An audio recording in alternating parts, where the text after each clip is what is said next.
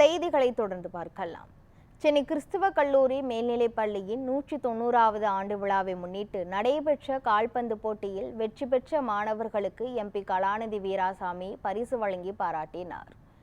சென்னை சேத்துப்பட்டியில் உள்ள சென்னை கிறிஸ்துவ கல்லூரி மேல்நிலைப் பள்ளியின் 190வது ஆண்டை கொண்டாடும் வகையில் MCC மற்றும் MRF சார்பில் மாநில அளவிலான பள்ளி மாணவருக்கான கால்பந்து தொடர் நடைபெற்றது.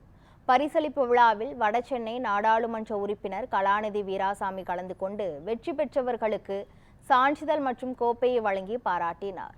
விழாவில் பேசிய கலாநிதி வீராசாமி, இந்த பள்ளியில் படித்த ஏராளமான மாணவர்கள் பல்வேறு துறைகளில் சிறந்து விளங்குவதாக கூறினார்.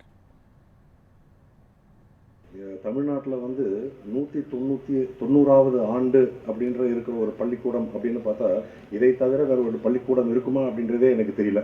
தமிழ்நாட்டிலே இந்தியாவிலேயே ஓல்டஸ்ட் ஸ்கூல் அப்படின்றது பார்த்தீங்கன்னா நம்மளுடைய MCC அப்படின்றது தான் இருக்கும்.